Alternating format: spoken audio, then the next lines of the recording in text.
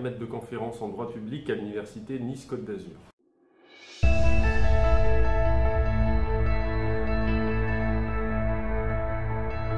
C'est une question qui est vraiment très complexe. Comment qualifier la politique migratoire européenne à l'heure actuelle? Elle est vraiment complexe parce qu'on a d'un côté une volonté, je pense, des institutions européennes, mais aussi des États membres, de développer une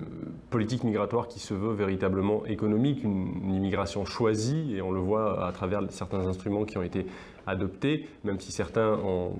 échoué de manière assez évidente. Donc l'idée, c'est vraiment aujourd'hui d'avoir une immigration qui est restreinte, qui est choisie, qui est fondée sur des bases économiques, mais aussi qui distingue clairement le rapport à la légalité et à l'illégalité, ce qui, selon moi, peut être une erreur, notamment parce que les instruments qui sont choisis ne reflètent pas véritablement les réalités des routes migratoires et des chemins migratoires, les réalités des migrations en somme. Et d'autre part, il y a aujourd'hui de plus en plus cette idée de distinguer les statuts et de clarifier ce qui relève de l'asile, donc de la protection internationale, et ce qui relève des migrations économiques. Or, selon moi, les deux sont de plus en plus confus, puisque les personnes qui arrivent sur le territoire européen peuvent être à la fois des personnes qui nécessitent une protection et à la fois des personnes qui ont effectivement une migration qui peut être justifiée par des motifs économiques, mais qui n'est pas en soi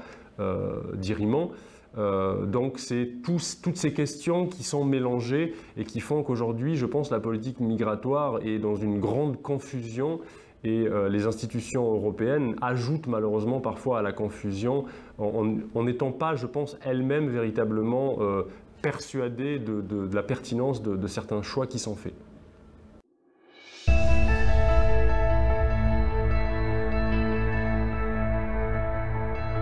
La Commission européenne, en matière migratoire, elle a essentiellement un rôle opérationnel, en mettant de côté le rôle général qu'elle a en vertu de son statut de gardienne des traités, puisque évidemment les textes en matière d'immigration seront souvent pris à l'initiative de la Commission européenne, discutés à l'initiative de la Commission européenne, mais elle a aussi un rôle opérationnel très important. On a pu le voir dans le cadre du programme de relocalisation, puisque c'est la Commission européenne qui en était à l'origine, mais malheureusement ce rôle opérationnel, il peut se traduire souvent par des échecs assez importants, et ça a été le cas avec la procédure de relocalisation, puisque son application s'est terminée en septembre dernier, et que la Commission européenne n'a pas voulu donc prolonger l'expérience, et qu'aujourd'hui elle appelle les États membres à reprendre les relocalisations sur la base du volontariat, ce qui est un peu particulier. Et donc en matière de relocalisation, la Commission européenne a pu montrer certaines limites. Et d'autre part, en matière migratoire, la Commission européenne peut également sanctionner des États, ou en tout cas engager une procédure qui amènera à la sanction de certains États. Je pense au recours en manquement, évidemment. Et on a vu qu'avec la situation de la Pologne et de la Hongrie dans les rapports aux migrations, la Commission européenne a été très hésitante, que ce soit dans l'application de la procédure en manquement ou dans l'application du nouvel article 7 du traité de Lisbonne.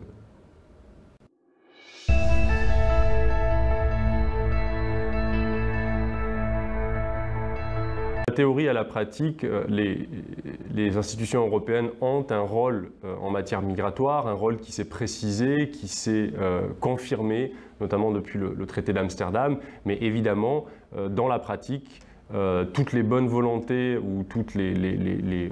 orientations qui peuvent être prises par les institutions européennes devront nécessairement passer par la volonté des États, puisque les États en matière migratoire ont un rôle fondamental. On l'a vu avec les différences qui ont pu être menées en ce qui concerne l'accueil des réfugiés, les différences entre certains États membres, entre l'Allemagne et la Hongrie, entre l'Allemagne et la France, entre la Slovaquie et l'Allemagne. Donc véritablement, le rôle des institutions européennes en matière migratoire est important, mais la complexité des structures institutionnelles fait qu'aujourd'hui, on ne peut pas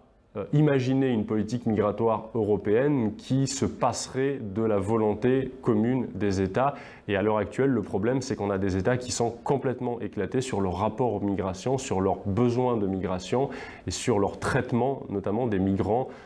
notamment par rapport à l'application des droits fondamentaux. Il suffit de regarder les dispositions nationales très différentes en ce qui concerne, par exemple, les conditions d'accueil des demandeurs d'asile ou même les conditions d'attribution de droits, notamment de droits économiques et sociaux, aux personnes qui obtiennent le statut de réfugié. Donc aujourd'hui, on est vraiment dans un domaine, je pense, le domaine migratoire, qui montre à quel point la complexité structurelle de l'Union européenne peut être problématique et peut amener à des solutions parfois complètement, non pas impossibles à résoudre, mais parfois s'en rapprochant en tout cas.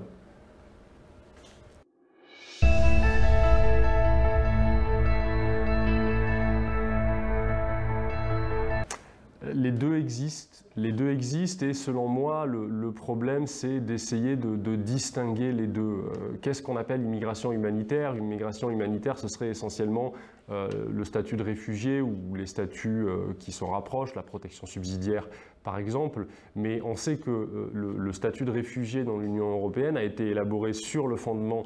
de la Convention de Genève et qu'aujourd'hui la Convention de Genève, qui est un instrument très efficace, est discutée notamment par sa définition des personnes qui doivent être protégées et on peut se poser la question de savoir est-ce que la persécution du fait de motifs politiques doit être le seul motif de protection des personnes? Est-ce que la détresse économique, est-ce que l'extrême pauvreté, est-ce que ces choses-là ne peuvent pas relever également d'une nécessité de protection? Et je pense sincèrement qu'aujourd'hui, il est très difficile de distinguer de façon claire ce qui relève de la protection internationale pour raisons humanitaires et ce qui relève de la migration économique, puisque les deux sont confuses. Les personnes qui arrivent peuvent arriver ensemble pour des raisons différentes et l'attribution des statuts